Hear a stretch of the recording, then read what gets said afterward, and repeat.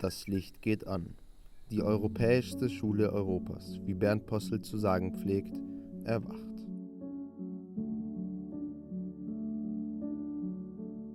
Europam orbis partem ab Europa filia agenoris certum est appellari. Wie unschwer zu erkennen ist, unterrichte ich am ITG Latein und katholische Religionslehre. Und wenn ich gefragt werde, was diese Fächer mit Europa zu tun haben, kann ich sagen, alles. Denn Europa ist geprägt von einer humanistisch-christlichen Geschichte. Europa, die schöne Königstochter des Agenor, wurde von Zeus entführt und in das Land gebracht, dem sie den Namen gab. Das wissen schon meine Schüler in der Unterstufe. Latein ist aber mehr als nur tolle Mythologie, Wortschatz und Grammatikpauken.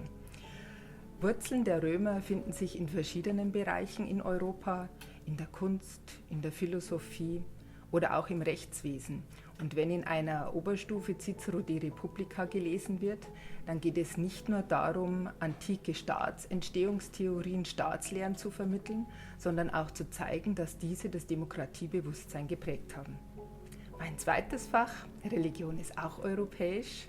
In Europa leben viele Christen. Christlich leben heißt für mich, mit Nichtchristen tolerant, friedvoll, harmonisch umzugehen. Christliches Gedankengut ist auch die Grundlage für viele demokratische, freiheitliche Verfassungen, letztendlich für die Grundrechte. In diesem Sinne, Europäi sumus, wir sind Europäer.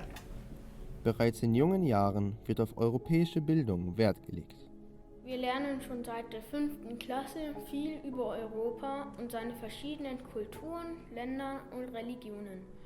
Zusätzlich haben wir auch noch in der 5. Klasse ein gemeinsames Frühstück gemacht, wo wir viele verschiedene Gerichte aus ganz Europa gegessen haben. Das europäische Engagement ist bei uns an der Schule seit über 13 Jahren fest verankert. Dies spiegelt sich in der Vielzahl an Veranstaltungen und Aktionen wider. Besonders das gewöhnliche Schulgeschehen richtet seinen Fokus auf die europäischen Werte. So stoßen Schüler im gesamten Schulhaus auf Denkanreize und können sich beliebig weiter informieren. In allen Unterrichtsbereichen der Schule spielt Europa eine tragende Rolle. Ich unterrichte Mathe und Physik, 2 sehr wichtige Fächer. Ebenso wichtig ist das Thema Europa. Und hier gibt es ja 2 ganz zentrale Themen. Einmal den Green Deal und zum anderen das Thema Digitalisierung. In der 11. ist das Thema Veränderung zu Beginn des Schuljahres im Lehrplan verankert. Da geht es dann um Differenzen und Differentialquotient, also momentane und mittlere Steigung. 2 Dinge, die wir beim Graphen des CO2-Anstiegs auch in der Schulaufgabe uns genauer angeschaut haben. Das sind also so Möglichkeiten, wie man Mathe hier integrieren kann. In Physik ist es so, dass wir im Rahmen von Jugendforsch ein Experiment entwickelt haben, um den Zusammenhang zwischen CO2 und Temperaturanstieg zu untersuchen, mit Unterstützung von digitalen Sensoren. Aber nicht nur das, dass wir hier stehen bleiben, sondern dass wir uns auch Videos anschauen, um rauszukriegen, wo wird manipuliert, wo wird mit Fake News gearbeitet, um das dann hier einordnen zu können und nicht Klimaleugnern aufzusitzen. Unsere ersten Aktivitäten mit der EU-Thematik gehen zurück auf das Schuljahr 2004, 2005. Inzwischen sind es 30 Schülerinnen und Schüler, die sich mit dem Thema Europa und Europäisches Parlament beschäftigen. Wir haben dazu Wahlunterrichte, 2 Seminare laufen. Die Nachhaltigkeit zu diesem Thema ist uns sehr wichtig und deshalb werden gerade in den 9. und 10. Klassen Schüler akquiriert, um an neuen Kursen teilzunehmen. Wir haben Planspiele zur europäischen Frage und seit 2019 sind wir offiziell Botschafterschule der EU.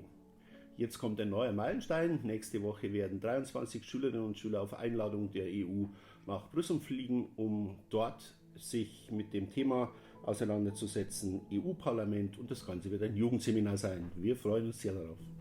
Durch derartige Projekte können die Schüler mehr Nähe zur EU gewinnen.